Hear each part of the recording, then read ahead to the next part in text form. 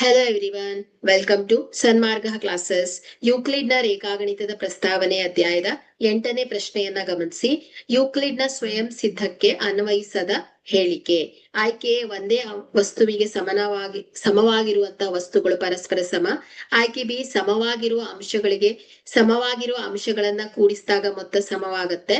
ಆಯ್ಕೆ ಸಿ, ಸಮಾನ ಅಂಶಗಳಿಂದ ಸಮಾನ ಅಂಶಗಳನ್ನ ಕಳೆದಾಗ ಉಳಿದ ಭಾಗಗಳು ಸಮವಾಗಿರುತ್ತೆ. ಆಯ್ಕೆ ಡಿ, ಪೂರ್ಣವು ಅದರ ಭಾಗಕ್ಕಿಂತ ಚಿಕ್ಕದು.